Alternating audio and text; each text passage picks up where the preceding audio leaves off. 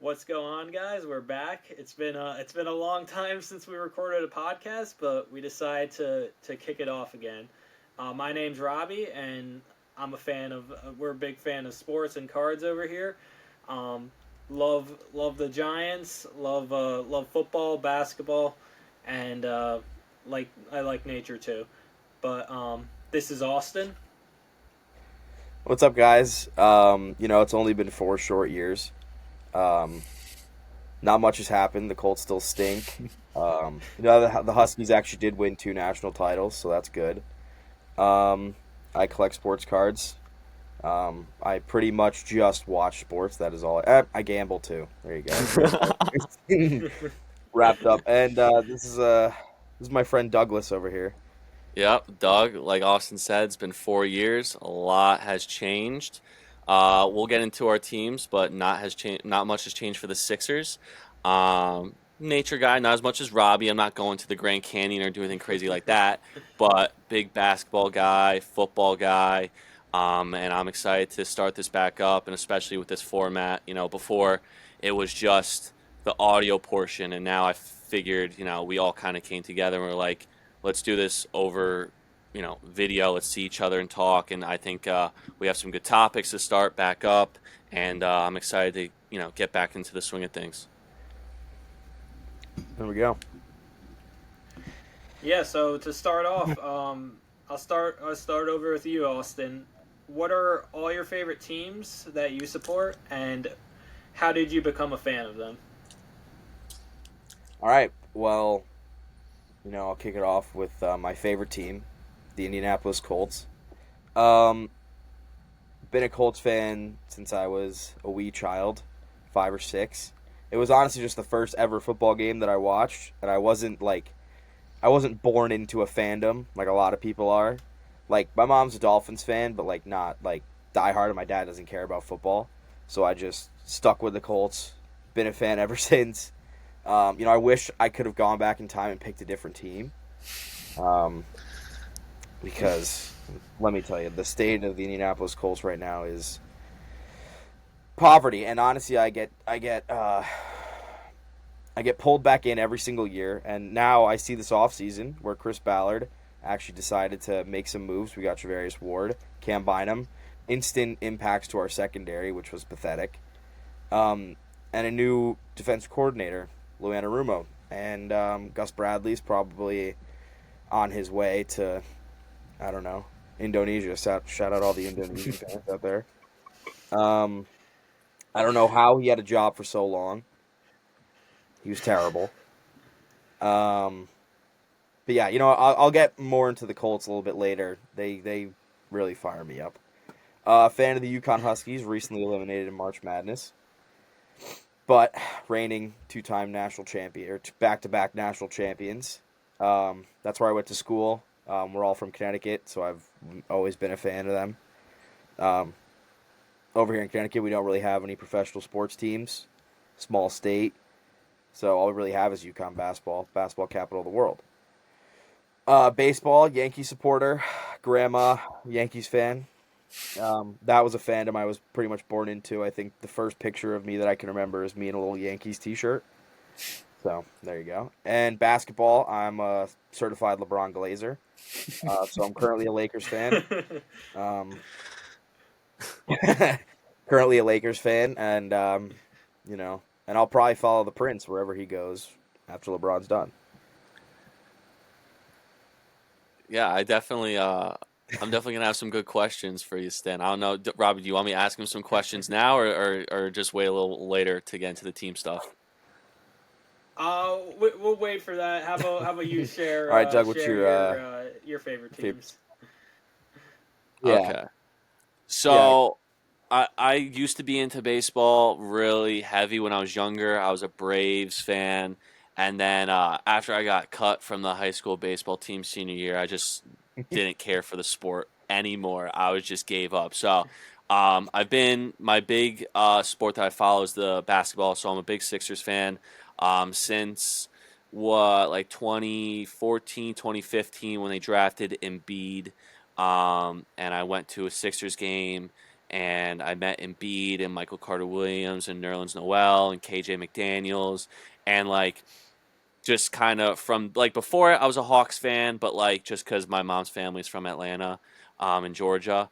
So, but then the Sixers, like that's like after meeting the players, I was like, okay, this is my team, and I think that was the season where they maybe had like 19 wins, and then from there, I've was following them, and then the whole process began when we drafted Simmons, and we had Fultz and Embiid, and I think we can all. I mean, I can confidently say that the process never honestly began. It kind of was taken off a little bit, and I think it ended.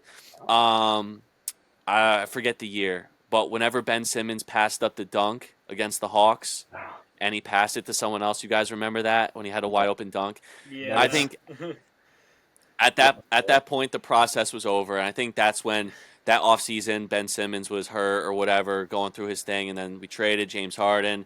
That I thought that was going to be great, and then he left, and we've always had issues with Jimmy and Harden and Simmons, and now the next big dilemma now is Embiid is done for this season. Paul George is done for, so now we're just tanking. And all I can really hope for as a Sixers fan is that we don't win, so we keep our protected top 6 pick or something like that. I think if it's anything later, it goes to the Thunder, something like that. So if that doesn't happen, then it's good. It's a catastrophe. But yeah, football, Falcons fan, big Drake London Glazer. I think he's really good. I think he's got a good future, especially with Penix, Bijan, that whole team. Really looking forward to the upcoming season. But yeah, my main focus is basketball, so that's what I'm really into. Tyrese Maxey, Oh yeah. player. Now Robbie, I'm sorry, I just keep seeing Robbie's face frozen in a smile right now. Robbie, I would like to see, or I'd like to hear about your favorite teams, and I know they're all pretty bad, but I'm sorry, but you can go on. Hopefully hopefully people can hear me now. But my favorite All teams. right, I think we lost Robbie. Doug, I actually have a couple I questions think. for you about Wait. the. Oh, Hello. Robbie gets a new microphone. He doesn't know how to work it. Chuck E. Cheese Wi-Fi. But There we can go. you guys hear me now? Yeah. So Favorite my team favorite is, teams. Robert. So my absolute favorite team is the New York Giants. I mean, that's my number one team. My dad's Did the we lose reason him I'm a again? fan of. We lost him again. Robbie. All Robbie, all right, you're up. Robbie, you figure your thing out. Oh, what were you gonna say to me, Austin? Oh wait, he's back again.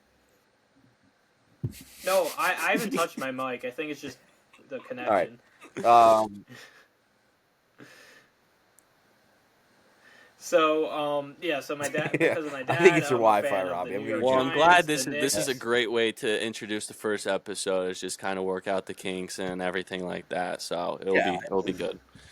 It's only up from here at this point. I mean, we're off to a real Hey, technical difficulty can't go down. train wreck. Oh, so now, I mean, I can introduce your teams for you if you'd like.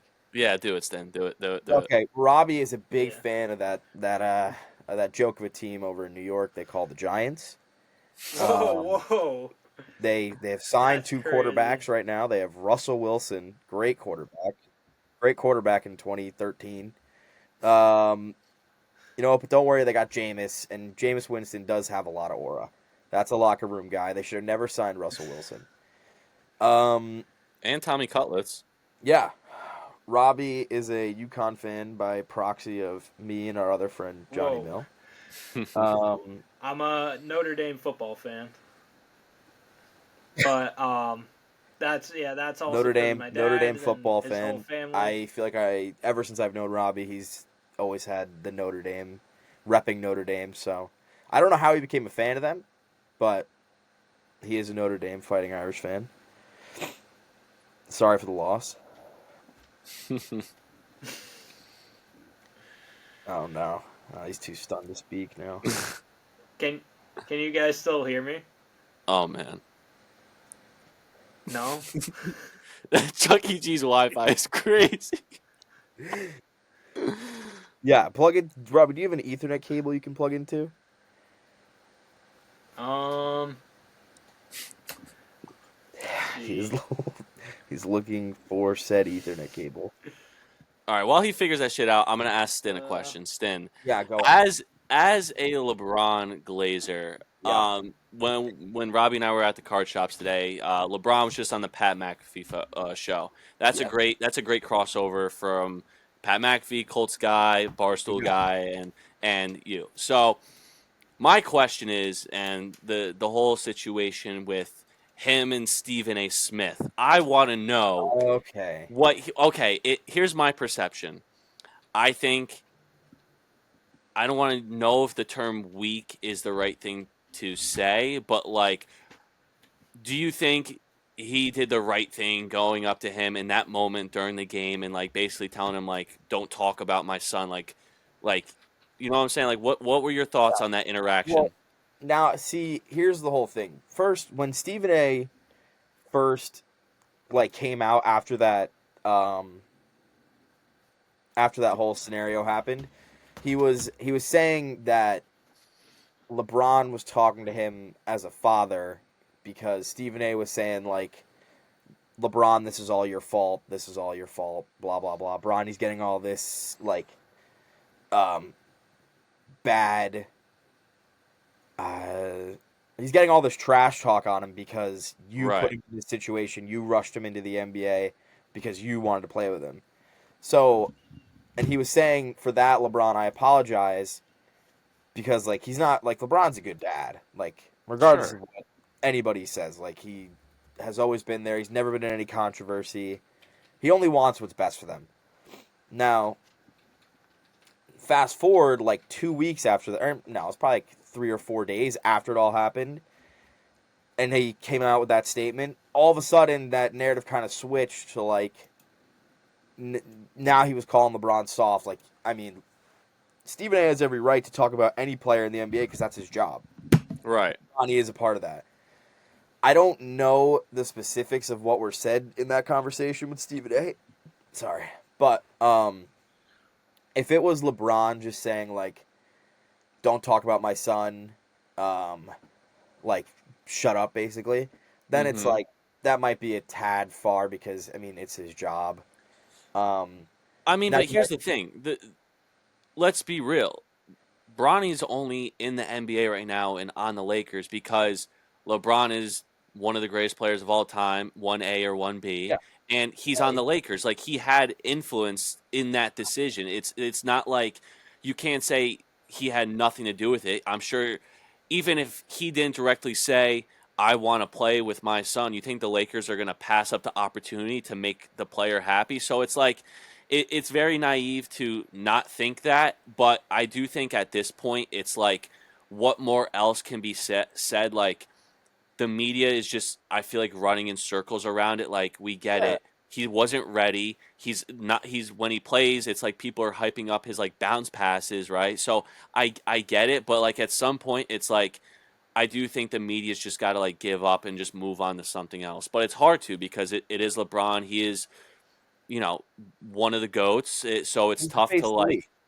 He's the greatest in the league. You're right. So it's tough for them to kind of find something else to talk about, especially when like not really much else is that exciting right now. I guess you could say besides like, I mean, the only thing that I think is exciting is like the Thunder are really impressive, but like Yeah. other than that, it's just kind of like there's not really too much going on. That's can be that big of a trending topic.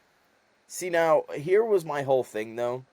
It was like, oh, Bronny got drafted because he's LeBron's son, and Hmm. it's like, yes, obviously, but at the same time, what did he get picked? Like 55th overall. Yeah, like 54th, 55th. Yeah. So, sorry, I'm looking at a notification that popped up. When you're drafting at like the end of the second round, you're only taking a chance on flyers. Like I mean, like the Nuggets got Jokic late, but you're taking a chance on flyers that like maybe they'll be good. So like drafting LeBron James Jr. feels like a pretty good idea to take at the end of the second round when, like, you're not going to get somebody else who's going to be an instant game changer. And fair due to Bronny. Bronny's been balling in the G League recently. He dropped Yeah, like 3 points.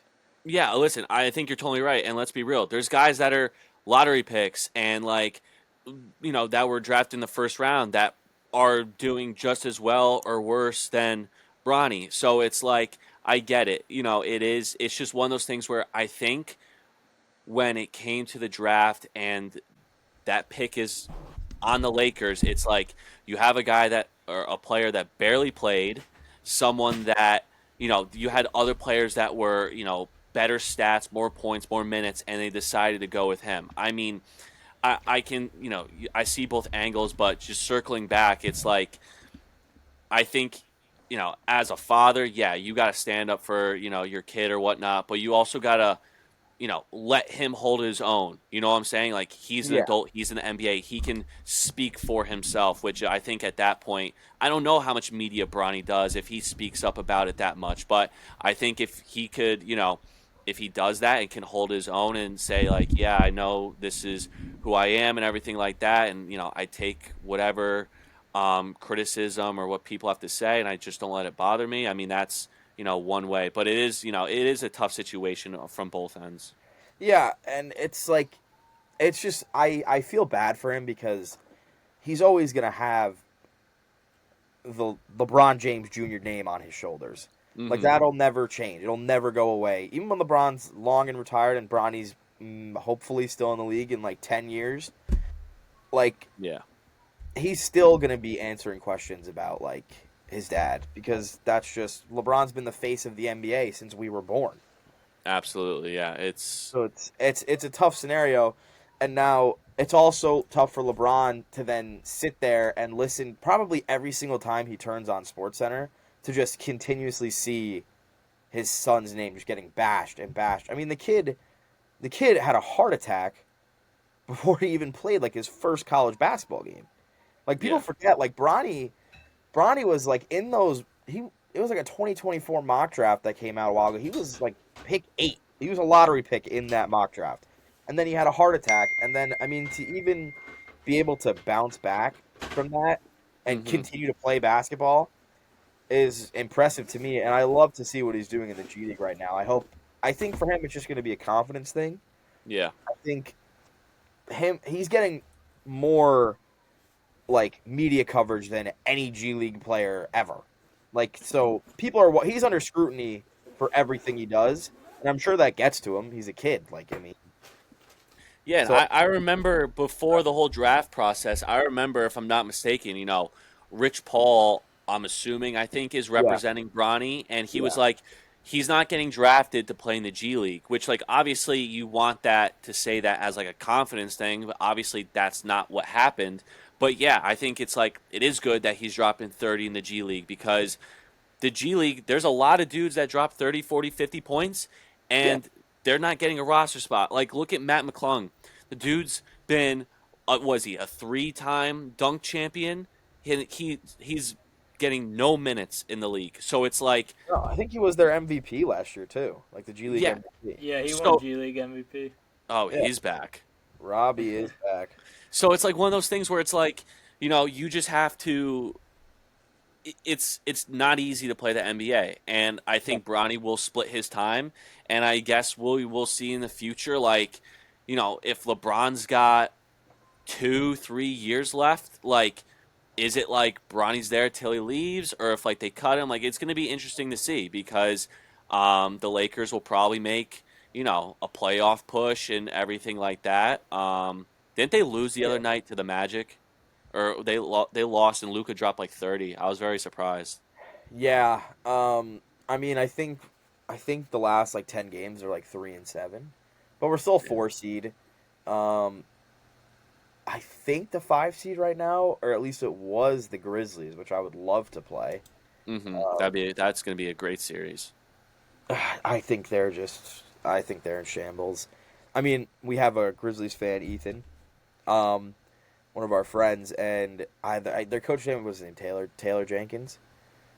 I think I'm so. not Either sure. way, their coach, like, as a guy who avidly gambles on the NBA, his rotation that he has the Grizzlies running makes no sense. Like, zero sense at all. Like, all three stars are like Jaren, Desmond Bane, and John Morant are barely on the court at the same time. So I can't imagine the Grizzlies winning a playoff series. And Do I you mean, think Desmond Bane's a star? well, at least a star on their team. Like, he's Okay. definitely their focal point. I mean, he's one of those like in between guys that there are like a lot of in the NBA where they're not a superstar, but like they're really good for Solid. their team. Yeah, Yeah. they're solid. Yeah. Well, Robbie, since we didn't really get to, you didn't really get to introduce your teams now, so Oh, so I have no idea what was heard, but I guess I'll just start over and go real quick. on the top. I'm a massive New York Giants fan. They're my favorite team because my dad, he's always, he grew up with the Giants. He grew up living all around New York, and he also supported the New York Knicks, and so I'm a big fan of that. I'm not a baseball guy, but he's a big Mets guy, so of course I supported for him. Yep. And then for college football, I'm a Notre Dame fan. Our family, just on my dad's side, they're all Irish, and they've always been fans. So, always was a fan from being a kid, and then for soccer, I recently, a couple years ago, became a fan of the Wolverhampton Wanderers. So they're not great, but hopefully some of these teams turn around, especially the Giants. I've got some things to talk about later about that, but Well, I actually have a couple questions about the Giants. all right. We might just dive right into it right now, Robbie. we might have to. Should I lay out what I just some base things that I want for them? Well, you know what? Here's a good start. I'll ask you this: would you want to draft Shadur Sanders? I'm a Shadur Sanders guy. I like Shadur. I think he's a very good quarterback. I think a lot of people are hating on him, and I think they have to look into his situation further because I've seen a lot more people hating on him than like him. So, and I really think I like a lot of things about his game, how accurate he is. He was behind a horrible Colorado Under offensive pressure all the line. time. He which was is something- always running for his life. Yeah, That is something that needs to be said, especially for him. Like, I also do like Cam Ward, so I'm fine with either of those guys because I like a lot of traits from both of them. But I've seen most people like recently been hating a lot on Shadur, and Yeah. I'm like, I'm fine honestly with in the top three. I am fine with getting either Cam Ward, Shadur, or if Travis Hunter, because I mean that's just a generational. What about talent. Abdul Carter? Abdul Carter's another guy, but I feel like we won't do it because we invested so much in the defensive line in the last couple of years, paying Brian Burns. Kayvon, he hasn't turned out exactly as we wanted him, but still, that's a 5th overall pick, so it's kind of tough to justify that. But if they feel like he's their guy, I mean, I wouldn't hate it because he's a stud. But I think he'll end up being taken before us most likely. Yeah. The See, Titans seem to love him. I think that you could actually make a comparison to like Bronny and Shadur Sanders. Well, difference is Shadur Sanders is very ready for the NFL, but is he also just getting a lot of negativity thrown at him because of who his dad is? Yeah, I think it definitely's got to do with that. Like, a lot of people didn't like how Colorado were doing things, and it brought up attention. And I think some of it's unnecessary. Like, I think we'll see once the pads are on.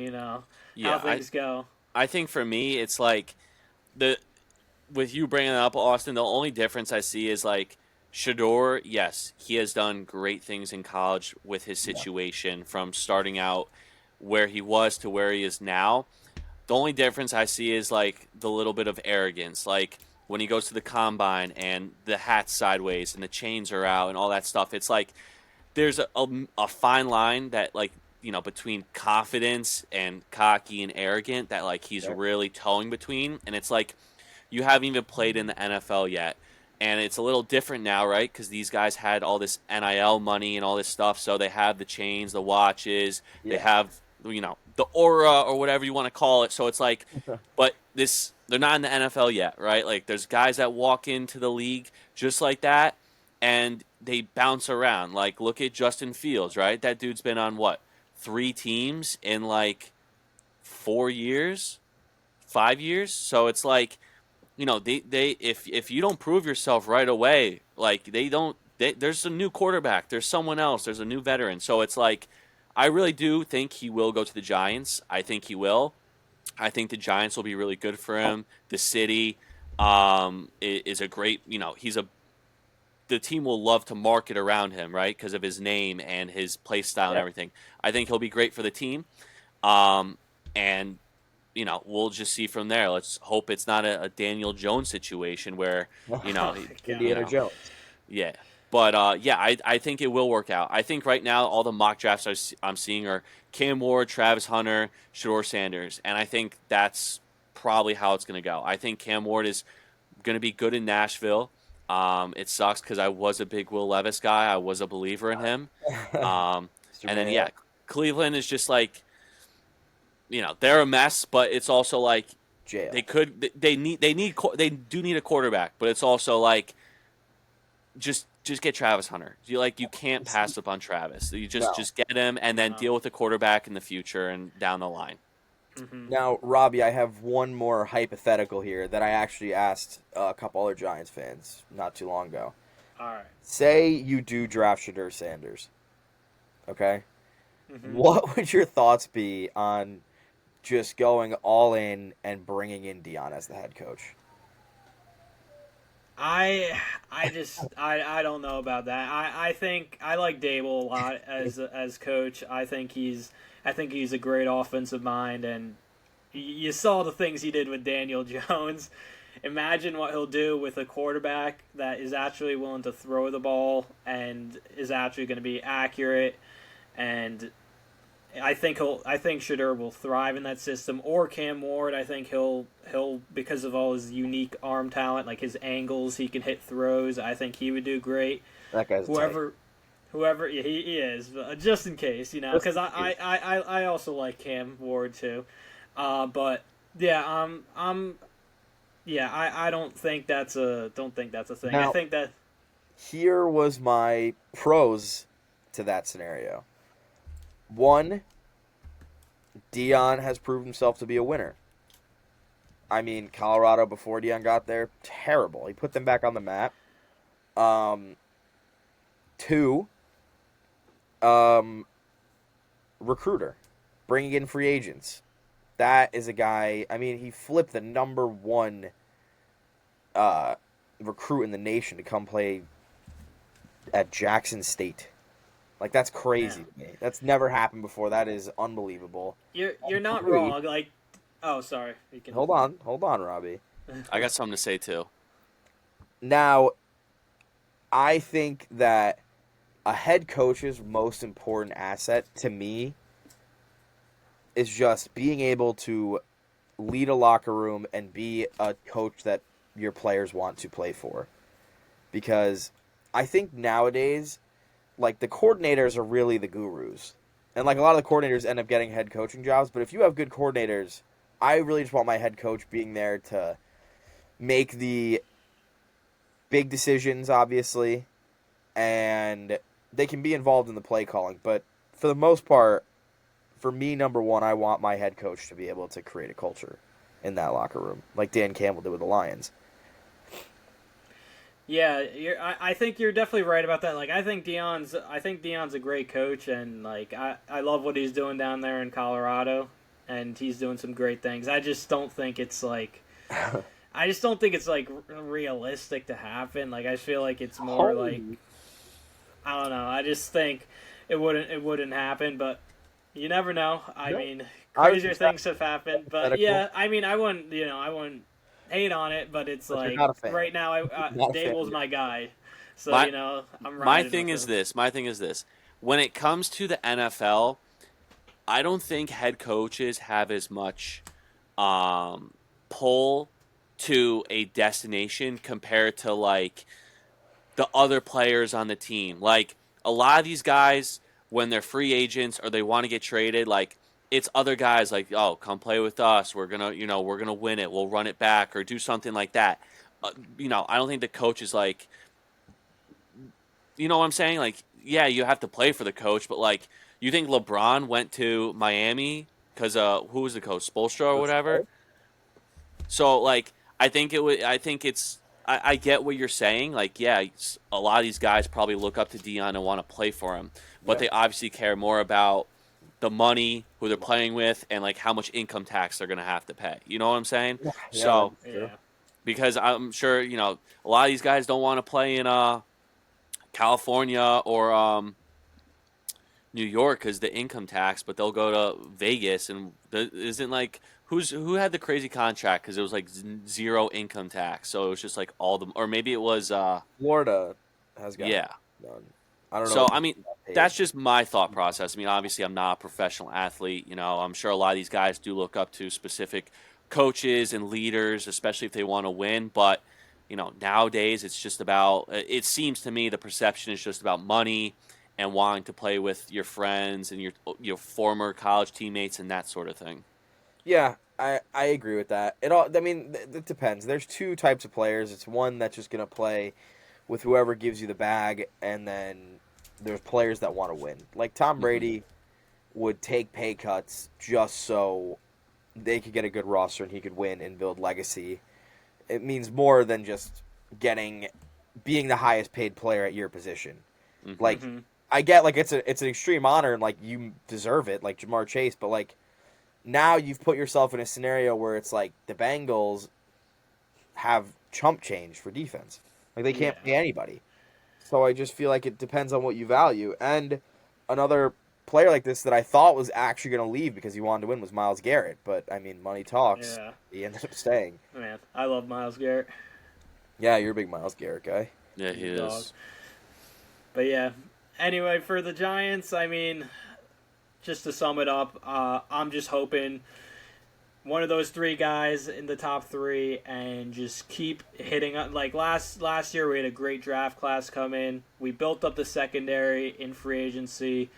The line should be getting healthy. We've added a couple more pieces there. Just keep filling the holes on the roster. And this draft class has some good players, and I'm sure in a future episode we'll talk about that more. But I'll swing it off to someone else. Well, and if the Giants are bad, you still have Jameis Winston. That's true, and Malik Neighbors is a dog, so Yes, Malik Neighbors. Yeah, I was talking.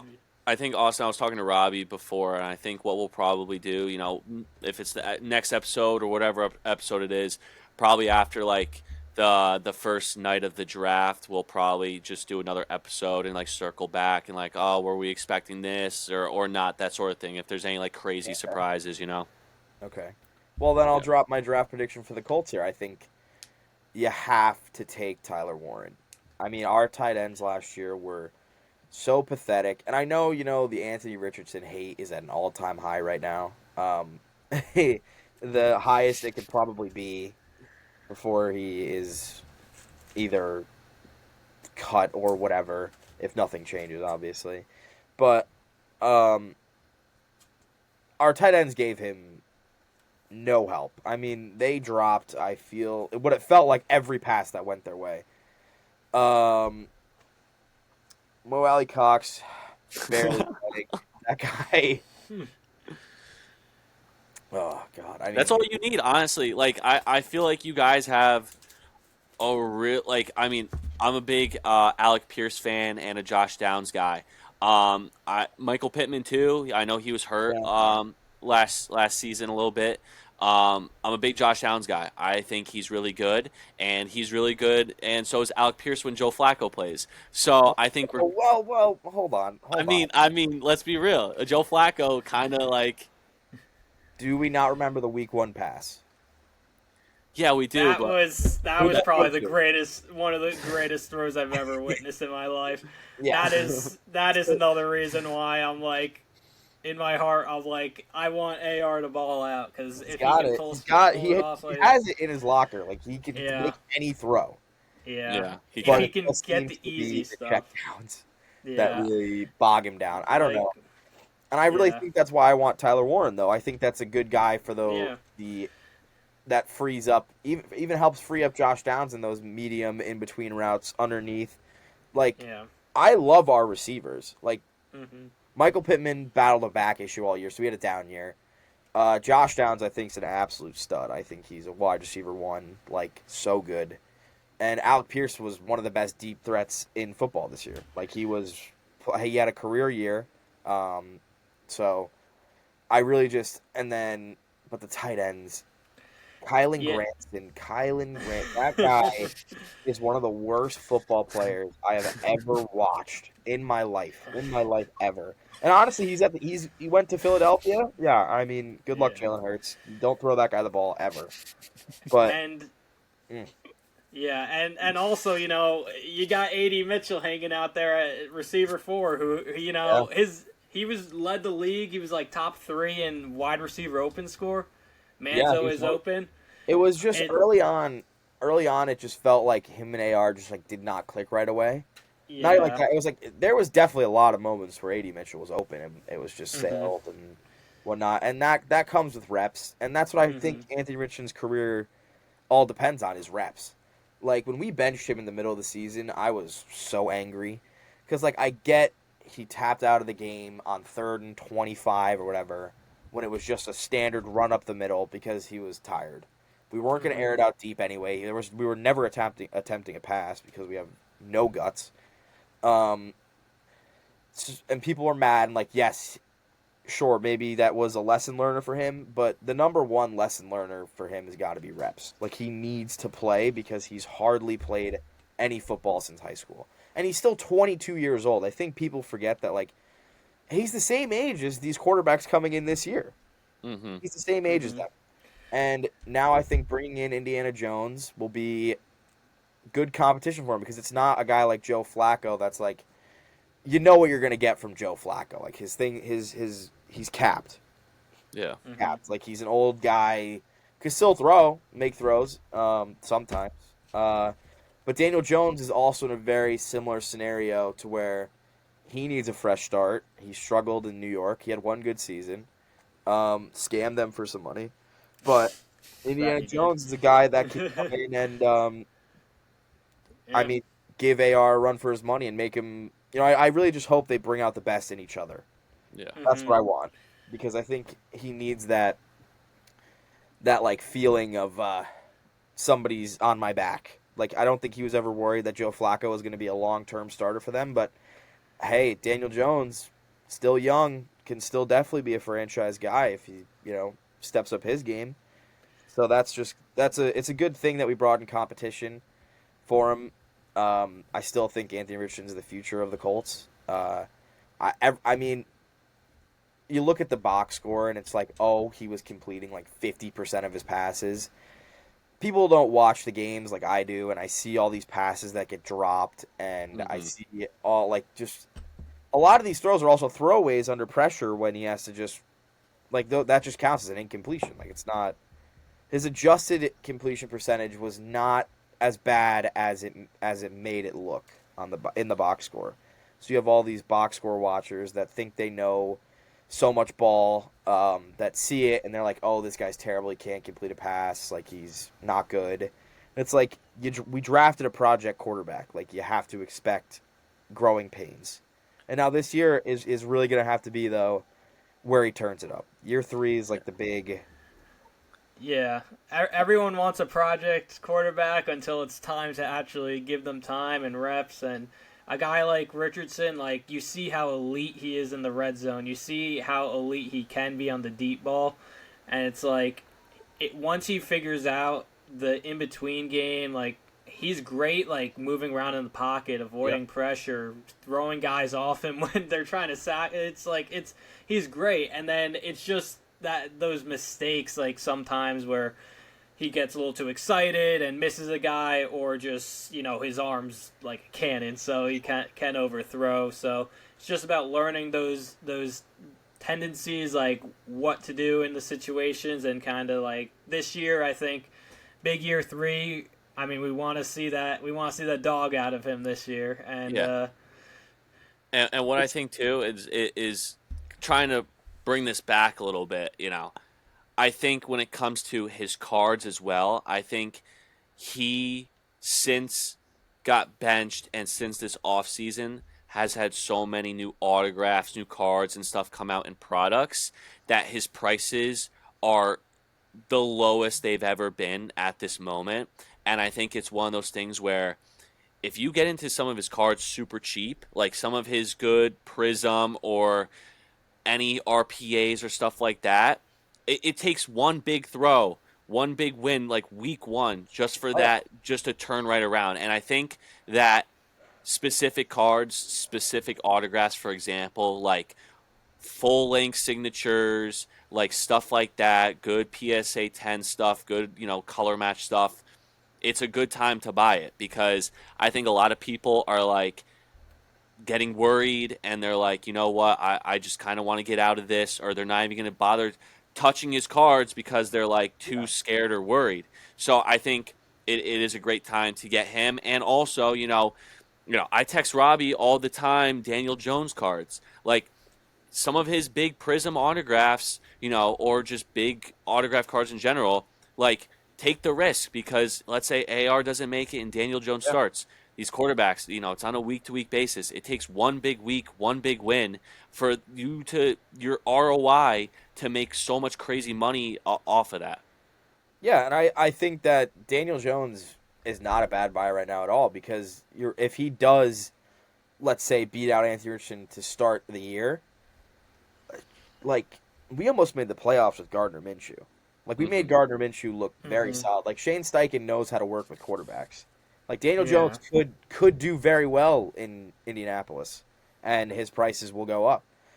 And Anthony Richardson, I think, is also a great buy because they're like $50, and like he was one of the he was the only quarterback that signed with Panini, so he has licensed rookie autographs that they're legitimate like cards. Like it's I'm not hating on the unlicensed stuff because I'm fine with it, but what's more sought after is obviously the licensed product, and he's got them.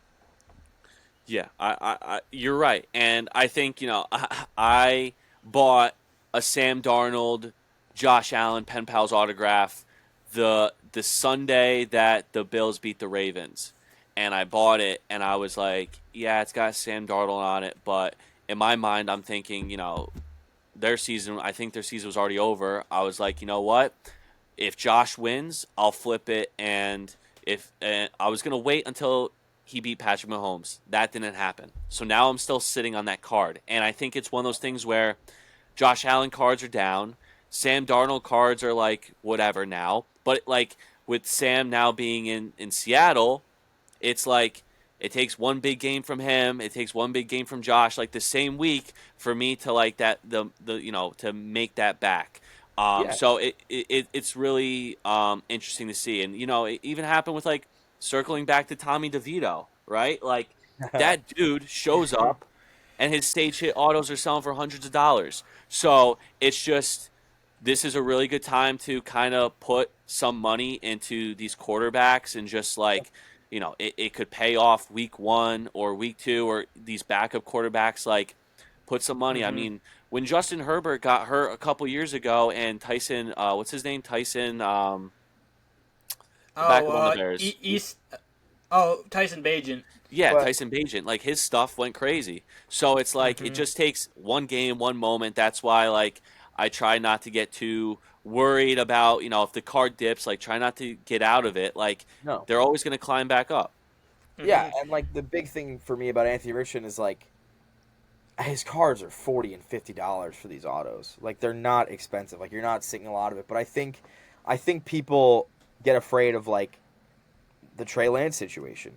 Like Trey Lance was very similar. Barely played, didn't play that much in college.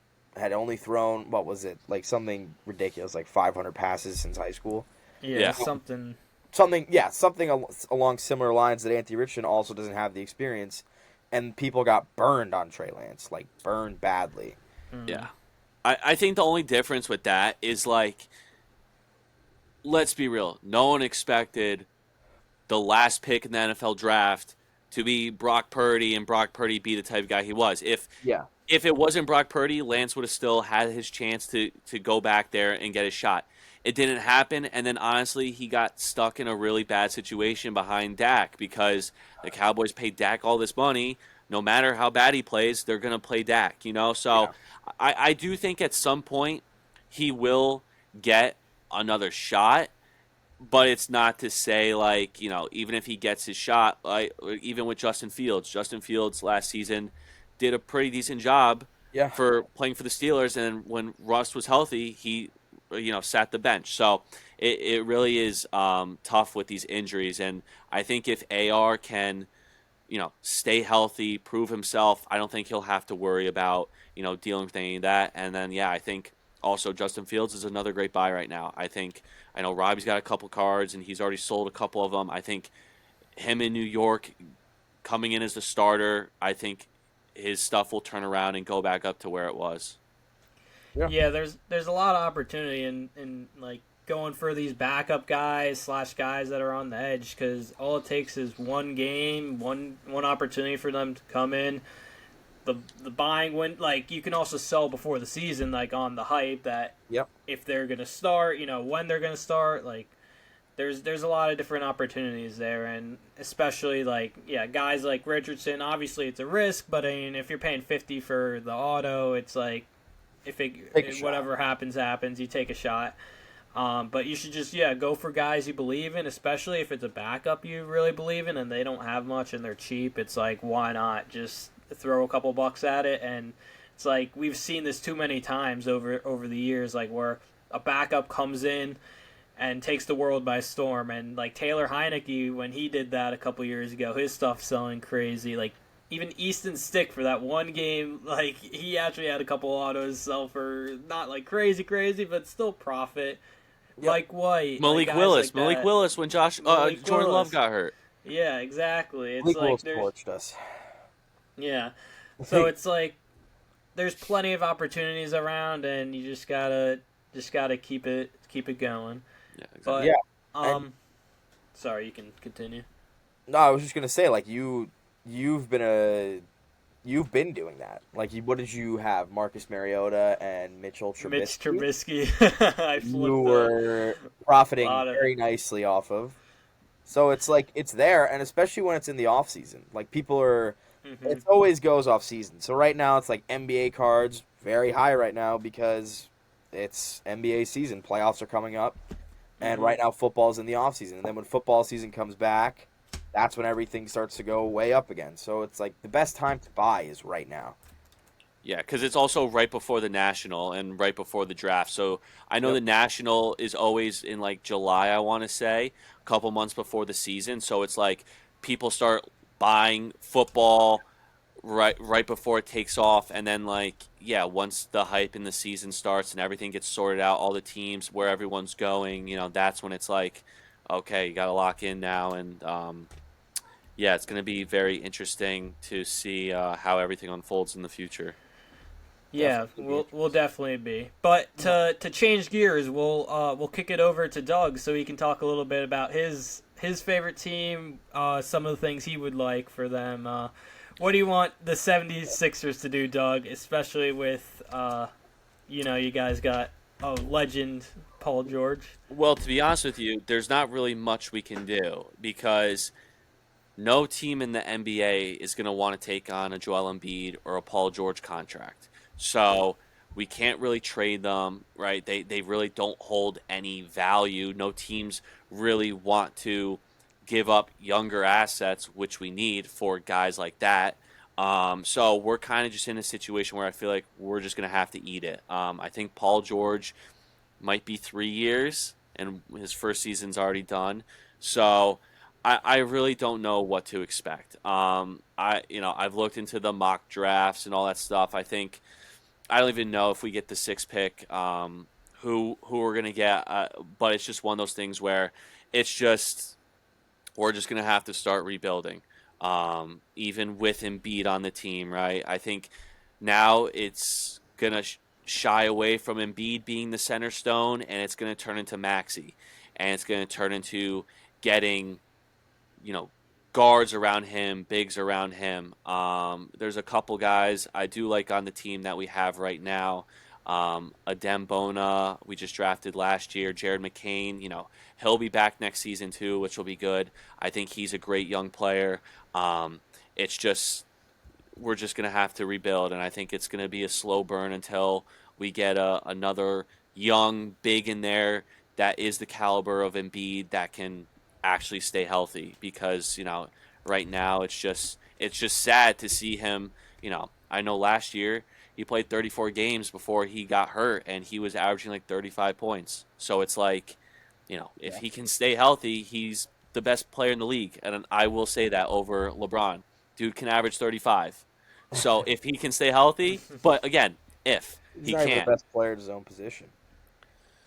Joker. it well last when he was averaging 35, he was better than the Joker. Now, But yeah, it's I actually yeah, have a question for you about Joel Embiid. yeah, Now, I don't know like the most recent reports, obviously, but I saw that like this surgery that he might have to get might have to hang him up, like career over. yeah. I'm definitely not saying this correctly. I think they said something about his knee, and they have to shave a piece off of like a different bone in the body to relieve pressure of like the hip. Yeah, and it's Yeah. like look, if you're getting to that point where you have to shave off part of your hip just to be not feel pain, Yeah. you probably shouldn't play. But at the same time, it's like, you know, we're paying him all this money, right? Like, we have to get something out of it before, like, now I'm granted, if he has to medically retire, I don't think we have to pay him all the money. I'm sure that's No. something in the No. contract, but it is tough. But it's also a decision where, when you're an athlete of that caliber and you hold yourself to such a higher standard, you're not thinking about that. You're thinking about, oh, I want to be back out there. I want to be with my teammates and do this. But it's also like you got to weigh out the risks. If he does this surgery, can he hurt his body anymore? You know what I'm saying? So I'm really not a medical expert. These are things and articles we just read. So it's just something that time will tell, and we will see what happens. But all we can really be optimistic and hope that he could stay healthy and come back. But that's why, even as a Sixers fan, right? I don't own any Joel Embiid cards, and I really do want to. I do want to purchase some autographs and some 101s, but it's like Hmm. I can't justify paying $600 for Hmm. some of these Embiid cards. Like they're like it's crazy to me now. Granted, I can get some cheaper or whatnot, but even like $200 for like an Embiid autograph, when to me, right? I'd rather pay $35 for a Zaire Smith 101. So like, Yeah. you know what I'm saying? Like, it's just that's just the type of collector I am. Is like I like the niche stuff, and Joel Embiid is just like I'd hate to even though I do love him as a fan, and him being a Sixer, I still haven't reached that point to justify purchasing a card over a certain amount for him. Now, could that change in 20 minutes if I find a 101 for what I'm saying? It For could, sure. For but sure. No, I get it's that. just tough. Yeah. Yeah, because I mean, we were talking about this just a little bit before, and this will segue into our next subject. But like, we were talking about like Grail cards, Mm-hmm. right? And you were asking me like, or I was saying that I like my number one card that I want is just a LeBron James auto. Mm-hmm. Like, and all the prices of LeBron autos, obviously, because he didn't sign for so long, are like well over $1,000. Like, you're gonna have to pay a premium price because he's the GOAT. He doesn't sign very often. And like even now, like you were saying, like even his autos that are now live after however many years, Yeah. they're all like numbered to like 5. Like you're not getting a lot of them.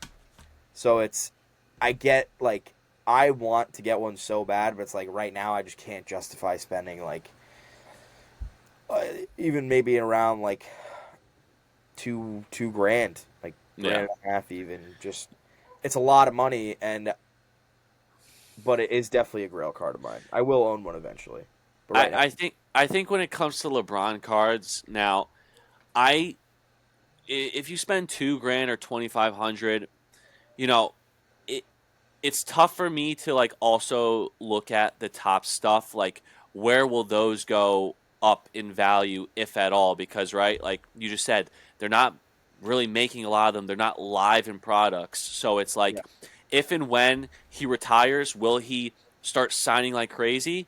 He might. I mean, he didn't sign for forever while he's been playing, so maybe that will change once he retires. And if it does, I think it will become readily available, and I probably would get one too, because if I can get a Topps autograph for a couple $100 for LeBron, Oh, that would be great. But it's also comparing it to Jordan, right? Jordan retired.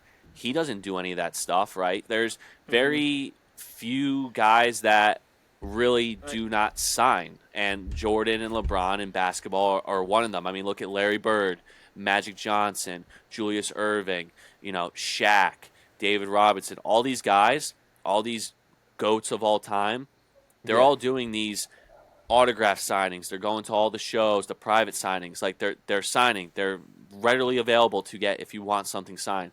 Jordan and LeBron haven't.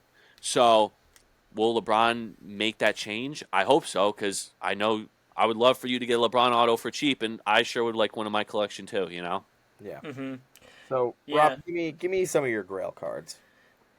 So my Grail cards, a couple would be, I mean, I collect Diego Forlan, who's a Uruguayan forward who I've been a big fan of since I was a kid, and I would love his 2014 Prism World Cup, either the black one of one or there's I forget what the parallel is called, but there's another one of one. It's like this multicolor one, and then or obviously like the gold power. I do have which we'll show a couple of those cards after, but I do have a gold prism, so it would be awesome to get those other parallels. And Yeah. then like another one would be like I love Eli Manning or an Odell NFL Shield one of one. That would be pretty sick to have.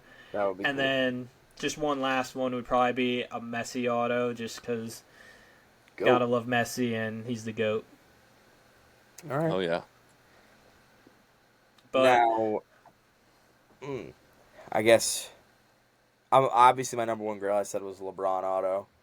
Um, I have actually been trying to find and buy this card for so long, and like a Grail doesn't have to be a Grail to everybody else, but it would be a Grail to me to just have the downtown Andrew Luck.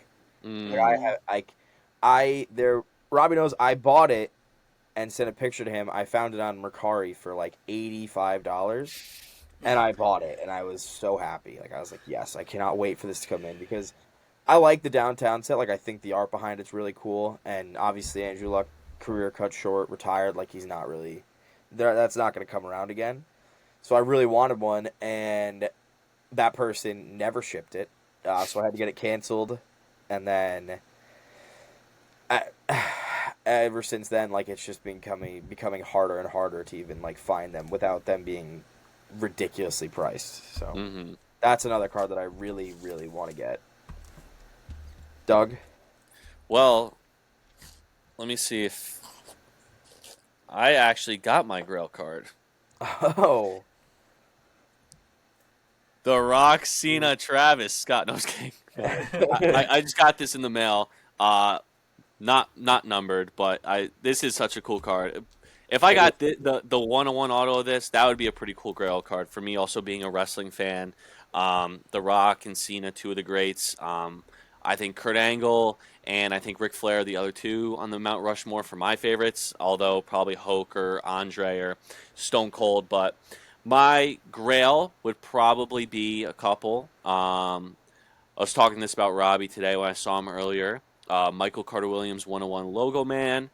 Mm. He has a couple different variations, whether it's National Treasures or Immaculate, just because he's one of my favorite players. A 101 Logo Man of him, or honestly, still haven't seen it if it's surfaced, but maybe a Paul Reed Logo Man. I mean, I Oh, currently am the proud owner of four Paul Reed 101s. We got the Phoenix Black, Draft Picks Championship, clean. Red Scope 101, and the Chronicles Hometown Heroes. So Paul Reed, B-Ball Paul, as a Sixers fan, he came in, drafted from DePaul. Just a fan of him and what what he did for the team. So just, I'll try and always find it. I have a couple offers and cards trying to get of his other 101s. But to go along, if I ever did get the logo man of Michael Carter Williams, I have the gold vinyl and the Kobe Bryant Michael Carter Williams 101 print plate. So just anything 76ers 101. Like, I showed the Zaire Smith, right? I just collect, obscure 76ers 101 cards. Something like that. I have a DeAnthony Melton coming back from PSA. Just, those guys that, maybe played 1 or 2 seasons or just were on the team and they're a 101. Like, if it's cheap, it's cool. Like, spending $30 for a Zaire Smith. Like, I don't know if you guys remember March Madness, 2018 on Texas Tech when he had the 360 dunk. Do you guys remember that? I cannot say I remember that. Well, I will send you guys a clip after. But okay. he had a crazy 360 dunk, and we didn't even draft him. We drafted Mikal Bridges, and then we traded Mikal we swapped picks essentially and got Zaire Smith. Obviously, he went through some medical stuff and didn't play really much at all. I know he's in the G League right now, but that, just those one-on-one obscure stuff. It like you said, it doesn't have to be $1 million card, right? If I found a Paul Reed, like most of these Paul Reed cards, right, I'm paying under $100 for, and I rather own that than like a Giannis 101 or like someone else, like just from the collector aspect, not the invent. Obviously for $100, I'd rather have a Giannis 101. But you know what I'm saying. So I'm always on the hunt for that and other 76ers 101. So it's really just something I look for every day. I'm actually bidding on a Michael Carter Williams 101 rookie right now. So hopefully next episode, if we're talking, I will have that to show it. But yeah, so. Now, I saw that Robby sent me some pictures here, so I'm going to hold them up to the camera because he had obviously some technical difficulties, and I'll let him talk about one. So this is the first one that he sent me here. All right, so this is definitely... Oh, it's turned off. Oh, God. Oh, There we go. So this one's definitely my favorite card in my collection. This is my Diego Forlan 2014 World Cup Prism Gold. I sent it into grading. I bought it raw. It graded a PSA 10, which I was so shocked at. And if you guys don't know, this particular set was like very limited, hard to get, and so finding the gold, like it's tough to find golds of these. They sell for a lot, and I'm lucky that I snagged this one when I did, because it's such a great card and I love it. Nice. And Diego Forlan, I collect because in the 2010 World Cup, I saw him play. I was watching all the World Cup games, and I just that's what kind of made me love the game even more, watching it. So that's why I collect him now, because I'm like, now I can buy his cards. Did he win the Golden Boot that year? He won the Golden Ball, so he was the most outstanding player of the tournament in that. So pretty awesome. But next up, we have a guy, Nico Mannion. I used to watch his high school mixtapes, and I would love watching them, and I'm like, these popped up recently. I'd gotten like cheaper Nico Mannion cards over the years, but these ones popped up, and I'm like, I need them. So I bought them actually like days apart, and I had to get. And then the Eli Manning, I love Eli. That one popped up. That was my first one of one I ever bought. It popped up for like $85 on eBay, and I'm like, I need this. It's game worn actually, which makes it even cooler. That is really Eli Manning and Davis Webb, so it's a pretty cool one. And then love Odell. There you go. He was a beast. Like, people forget how hot he started his career. Like, he was on legendary status. Generation. And it's a game worn pylon. So that is really cool. Those ones. I didn't know you could wear pylons. That's. Yeah. Then more. Oh, this one's clean. Yeah, then these are just a couple other Forlans I picked up recently. These popped up, the one of ones. I needed them. So if anyone knows where the 2014 ones are, I need them. So any good Forlong cards, Yeah, you got a buyer in Robby. Oh yeah. But to swing things over to Austin, what are a couple of your favorite cards in your collection? Sadly, I didn't grab them, but I will tell you them. Obviously, I have a Anthony Richardson RPA that I actually graded and got a 9, which I was very happy with. Um, Which product is that? Spectra? no, is it from Black? Oh yeah, it was UD black. Black? That was it. Yeah, and which is though Or not everybody UD knows like Black. UD patch Black. auto cards very tough grades. Like a 9, you take a 9 all day with those because the edges get all messed up and everything. But um, let's see. Just trying to think off the top of my head. I didn't really put too much thought Well, into this. next episode too. We should get into grading next episode because Oh I was yeah. I was a little tight about. You guys did good. This last sub that we have coming in. I got burnt on like Hey. what 2 car. I got that whatever that white sparkle auto. We'll show it next episode. Yeah. But me and PSA, I can't catch a break. I can't remember the last time I got a 10 on anything, bro.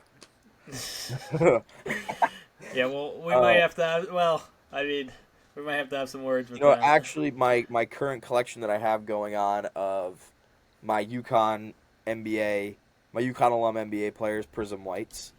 Hmm. I don't know why I decided to go with the Prism White. I just feel like I like neutral color, and like black is all 1-on-1s, so that would have been tough.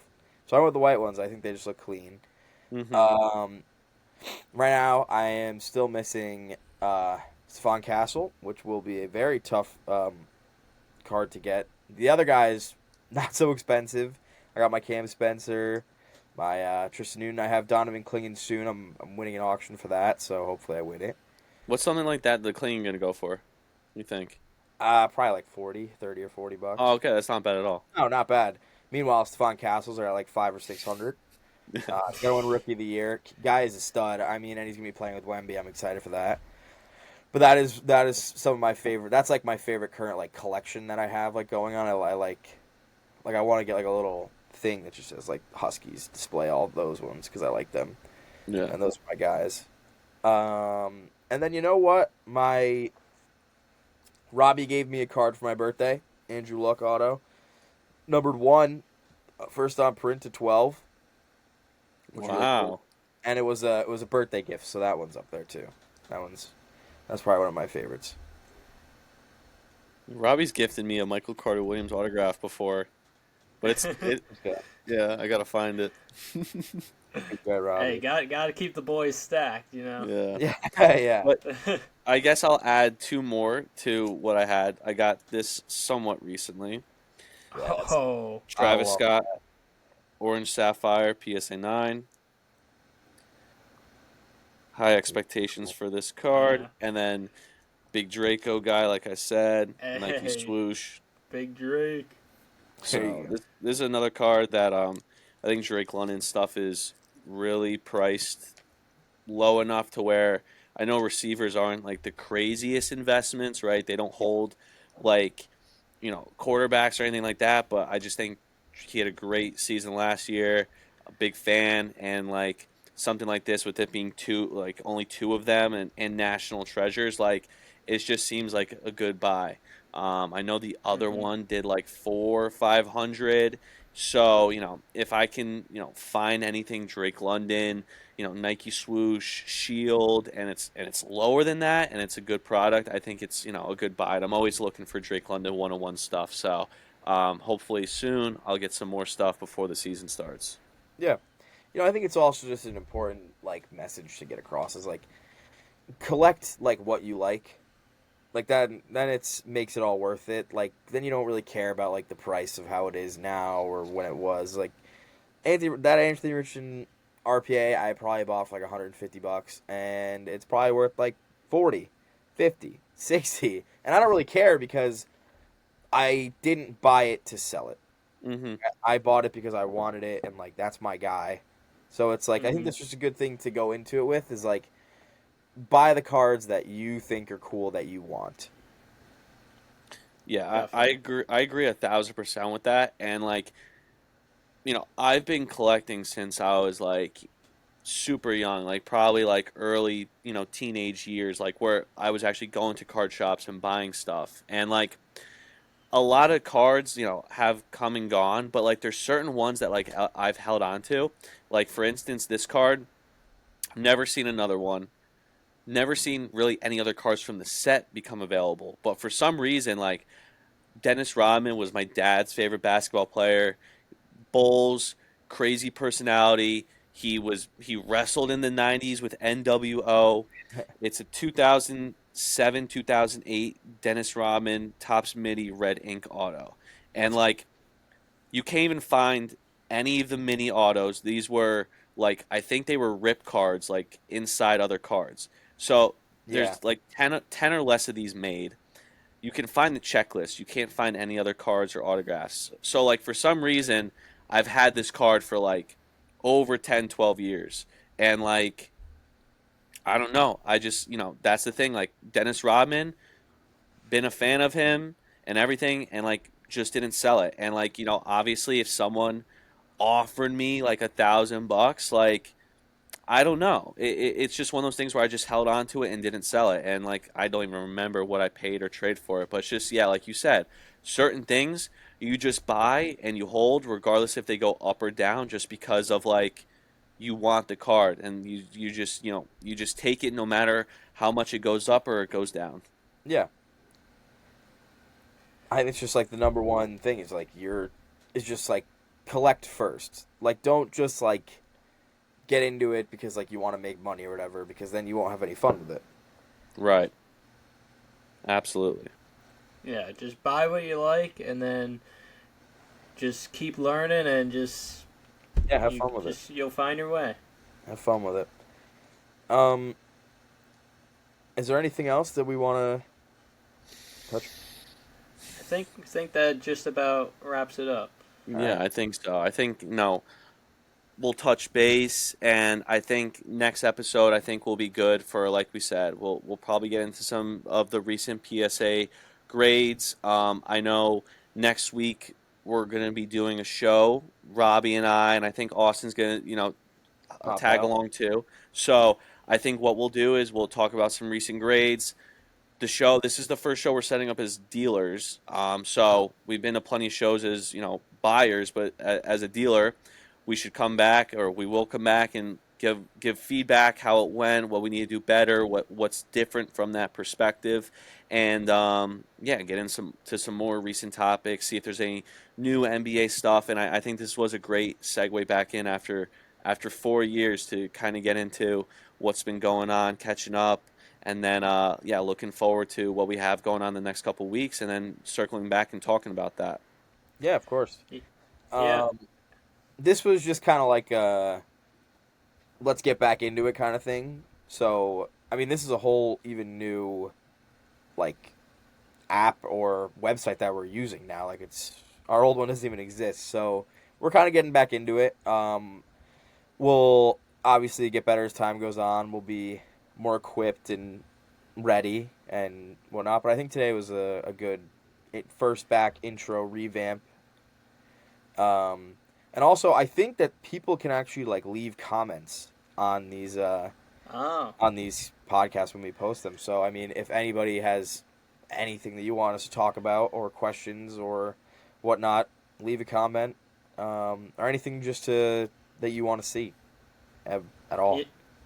yeah, and sorry guys for the connection issues. We're gonna get those hammered out. I think now that I switched to this computer, it'll work better, and we'll figure out the camera situation. Yeah. And then with this podcast, you guys kind of see what we want to do. We want to go meld the worlds between, talking about the sports aspect and then the card aspect, and then bring those together. And it's some of our passions. So we hope you guys enjoy. And Yeah. yeah, let us know if there's anything you want us to talk about. And I guess we'll catch you guys in the next one. Yeah, we're just having fun with it. Having fun. Peace. Peace. Peace.